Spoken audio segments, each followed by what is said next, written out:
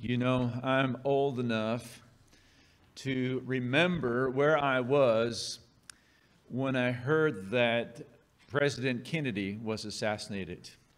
Actually, I was in 5th grade coming in from recess. We're lining up to go back into the room, and the teacher came out and said, "Children, you have to go home. The president has been assassinated." And there are momentous events in our life that are so powerful that I'm sure that you remember where you were and what you were doing when you heard about them. You know, some of you remember where you were and what you were doing when the first man walked on the moon. Some of you remember what you were doing and where you were when the Challenger exploded. I can tell you exactly where I was and what I was doing. And some of you know where you were and what you were doing when the 9/11 attack took place 20 years ago. I can tell you every detail about that. And there are these momentous events in our life, and people will tell you where they were and what they were doing when you talk about those things. Jesus' arrest and crucifixion must have been like that for those who were there. I mean, John is an eyewitness, and he's telling us the details of it. And I imagine there were people that were talking in these days saying, "Do you remember where you were when you heard that Jesus was arrested? Do you remember what you were doing when you heard that he was crucified?" And John is telling us how he remembers things. And we're here in John, the 18th chapter with this story. And here is how John remembers things. He said when Jesus had spoken these words, he's talking about the prayer that he's just prayed with his apostles there. And he said when Jesus had spoken these words, he went away with his disciples across the ravine of the Kidron, where there was a garden which he entered with his disciples. Now, Judas, who was betraying him, also knew the place because Jesus had often met there with his disciples. So Judas, having obtained the Roman cohort and officers from the chief priests and the Pharisees, came with lanterns, torches, and weapons. Jesus, therefore, knowing all the things that were coming upon him, came out into the open and said to them, "Whom are you seeking?" They answered him, "Jesus the Nazarene." He said to them, "I am he." And Judas also, who was betraying him, was standing with them. Now then, when he said this to them, "I am he," they drew back and fell to the ground. He then asked them again, "Whom are you seeking?" And they said, "Jesus the Nazarene." Jesus answered, "I told you that I am he. So if you're seeking me, let these men go on their way." This took place so that the word which he spoke would be fulfilled. "Of those whom you have given me, I lost not one." Then Simon Peter, since he had a sword, drew it and struck the high priest's slave and cut off his right ear. And the slave's name was Malchus. So Jesus said to Peter, "Put the sword into the sheath. The cup which the Father has given me, am I not to drink it?" You know, John has been trying to present Jesus as someone who we could trust in, someone who we could believe in, someone who we could put our hope in. He's trying to show this all throughout his book. And here what he's really trying to present is that even here at the arrest, Jesus is still in control. Jesus has control of things. He's in complete control. And I want you to notice this as we go through this text and look at these things once again. At the beginning, it says he went. He went and he entered a garden. It was late. I'm sure he was tired. But he had resolve. He went and he entered this garden. He knew what he's doing. He moves towards his death. He's courageous here. He has said what was going to happen to him. He had foretold that I'm going to be arrested. I am going to be tried. I am going to be beaten. I'm going to be killed by the chief priests and the Sadducees. I'm going to be crucified by these religious leaders. Now in verse 4, John tells us Jesus, knowing all the things that were coming upon him. This is not a surprise to Jesus. He knows what's going to happen. He's prepared for what's going to happen. And he's come to a familiar place. He's come here often with his disciples. The disciples knew where they were going. Judas knew where they were going. Now, Judas had left the upper room maybe hours previously, and if Jesus had wanted to, he could have ran for his life. He could have taken off. He could be almost to Syria by now. He could have found a safe place to bend to. But that's not his purpose at all. He's not going to run. And so Judas had left the upper room, and Jesus didn't pick a new spot. He didn't pick a hiding place. He picked a place that was easy to find. Judas knew exactly where Jesus would be, and that's where Jesus was. Now, there's some interesting things about this. It's kind of had me rethink my mind, my vision in my mind. You know, I don't know if you do this. I vision these things in my mind. I can almost see them in my mind, how they've taken place. And it says here that in verse 3, Judas received a Roman cohort. Now, a cohort is an official term. A cohort, if you look in the margin of your Bible, mine, at least in the New American Standard Version, has what a cohort is. It says it's typically 600 men. A cohort is 1/10 of a legion, 6,000 men. And there was a legion permanently stationed at Jerusalem, Steve. Steve told me all about all this. It was permanently stationed there, and they were at high alert at this time during the Passover because they were afraid that the Jews were going to have a riot, especially during these times of feast, especially during the Passover. And so they're in high alert, and so Judas and these religious leaders were able to get an entire cohort to come with them. And if you go down to verse 12, it talks about this commander. And if you look in the margin, it says that he was a chiliarch. Now, a chiliarch is a commander over 1,000 men. So he had some people who were well experienced, who were well equipped, looking for him. And this kind of, I have to reset my mind. In my mind, I'm looking at this in my mind, this crowd coming to Jesus. I see this large group, but I don't see hundreds of people. I mean, I have to start looking for hundreds of people in my mind now. This is hard to even imagine, hundreds of people coming to look for Jesus. In my mind, the group that comes to see Jesus is probably about as many as on this side of the room. That's what I see in my mind. But here, hundreds of people are coming, and they're highly trained. They're well equipped. They have shields, they have swords, they have spears, they have foot coverings, they have helmets, and they're there with the temple guard. And notice they're bringing lanterns and torches and weapons. Now, the lanterns and torches, why are they bringing lanterns and torches? Now, you have to realize that this is a full moon. You think, well, how do you know the weather back then?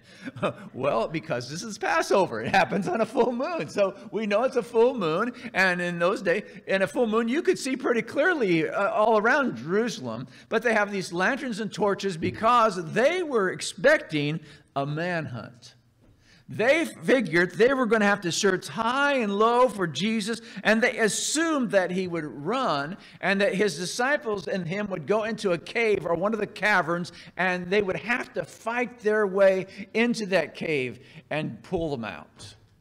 And so they come with these lanterns and torches because they think they're going to have to search everywhere, and they're all prepared, and they're all ready, and they're all well armed, and they're all there. And by the way, this is going to be the last mention of Judas in the Gospel of John. It's interesting. John doesn't mention the kiss. John does not mention the suicide of Judas. This is just the last point that we're going to see Judas. Now, in verse 4, once again, he says he knows what's going to happen. And there's no surprises here. And so he knows what's going to happen, and he goes forth to meet this group. He's not hiding. He comes right out in the open, and he says, "Who are you seeking?" And they say, "Jesus of Nazareth." And Jesus responds in verse 5, "I am." Now, the translators have done us a tremendous disservice here, I think. They added the word he. Now, if you look in your Bibles, the word he is in italics, because that means that the translators added that to kind of give a completeness to the thought, I am he. But that's not what Jesus said at all. He said, I am. And this is important, especially in the Gospel of John, because John has been bringing out this whole thing from the very beginning, that Jesus is the great I am. I am. This is the name of God. This is who God says he was to Moses back in the book of Exodus. Who shall I say sent me? Tell him, I am sent you. Here's the name of God, I am. And he comes out and says, I am, ego eimi in the Greek. I am. And notice what happens. They all fell back and fell on the ground. What do you make of that? I mean, this is something like the Keystone Cops. I'm sorry, man, I dated myself again, okay?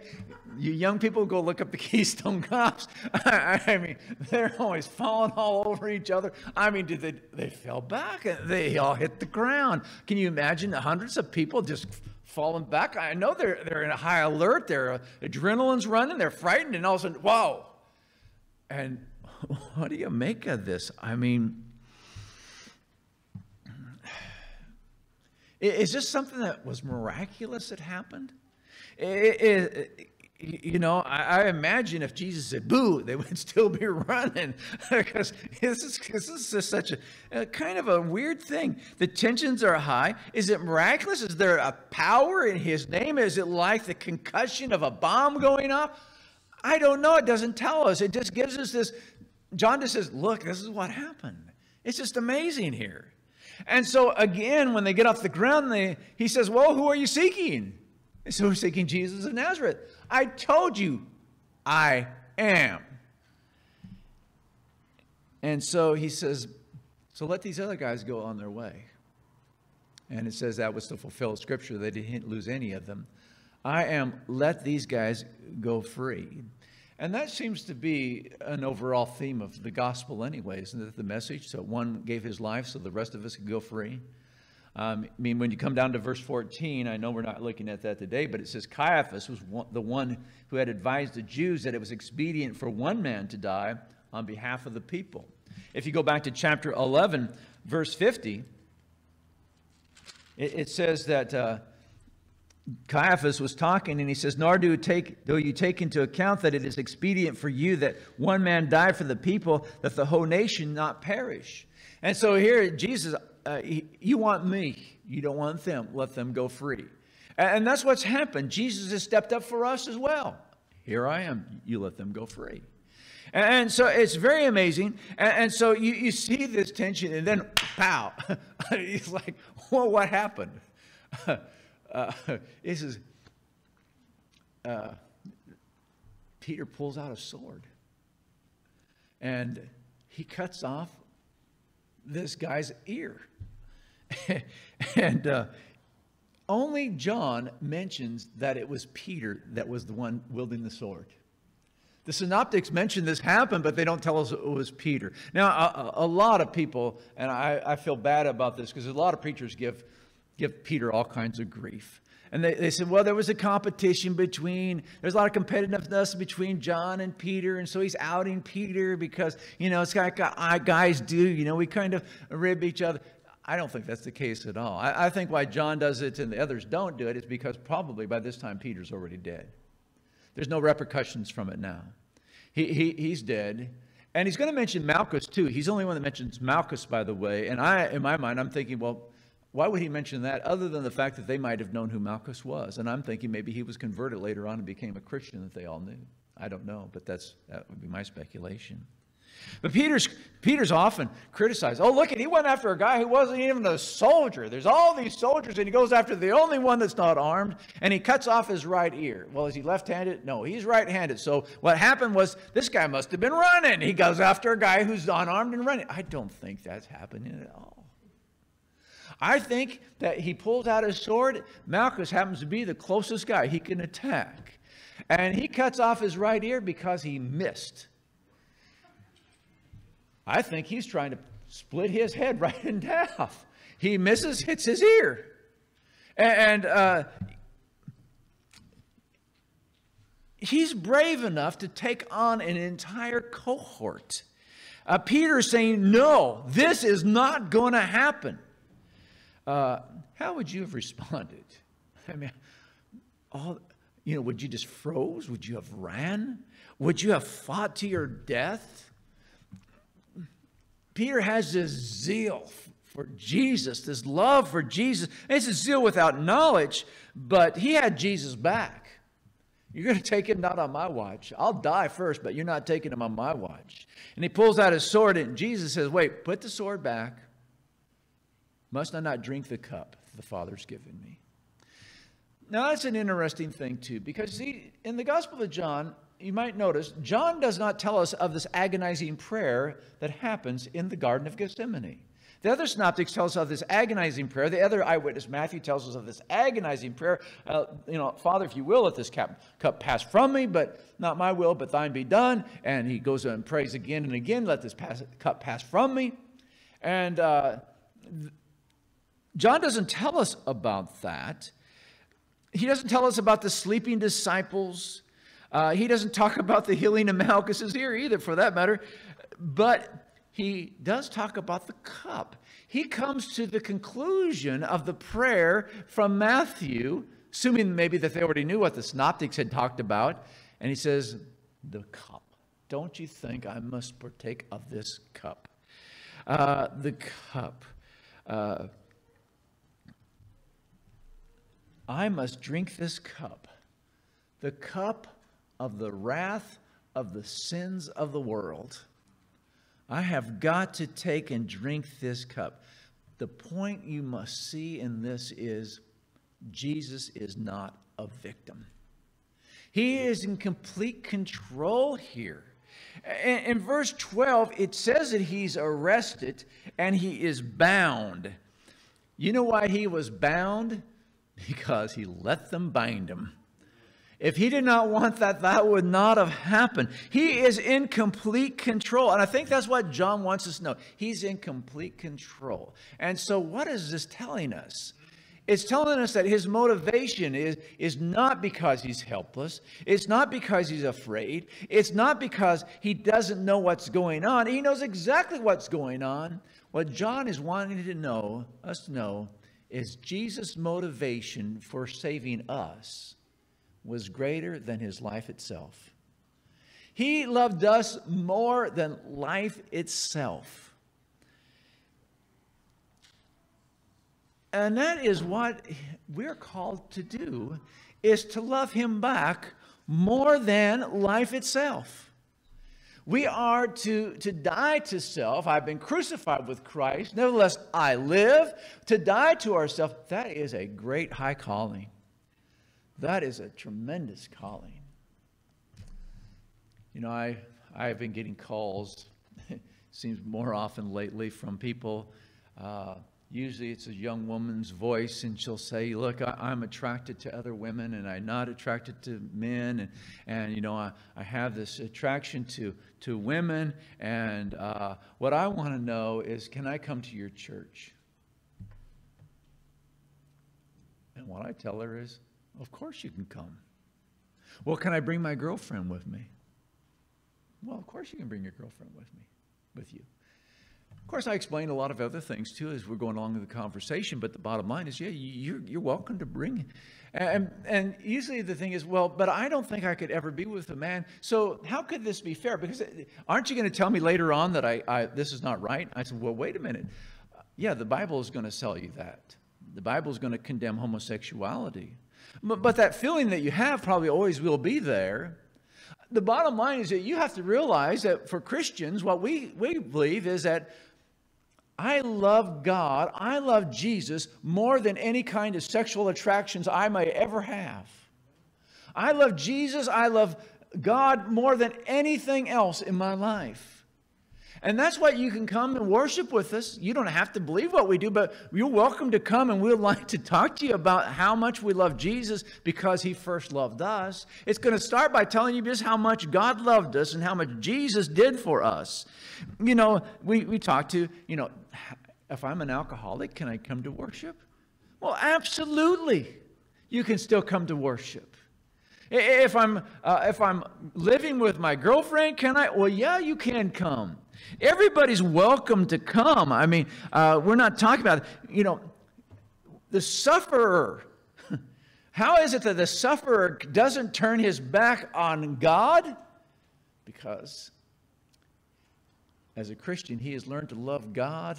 He's learned to love Jesus more than the suffering he's going through itself. As we see Jesus loving us, and to think, well, this is why we love, because he's loved us so much. I get calls every once in a while, and people say, well, we're thinking about, we're shopping for churches. And that's usually what they say. We're church shopping. We're looking for another church. What does your church have to offer? What's going on at your church? And I know what they want. They want, we have this wonderful youth group. We have this outreach to Spanish-speaking people. They want to know, do we have children's worship? Do we have things for kids? What do we got going on? Is there ladies' things? And it's a temptation for me to not say all those things that I can possibly say. But I have to say, look, we're a bunch of people trying to die for Jesus. We're dying to ourselves. And if you want to come and learn how to die to yourself and live for God, then please come and join us, because we don't really have a lot to offer God, or you. God is offering everything to us. And so you can come and work with us and worship with us and join us and come associated with him.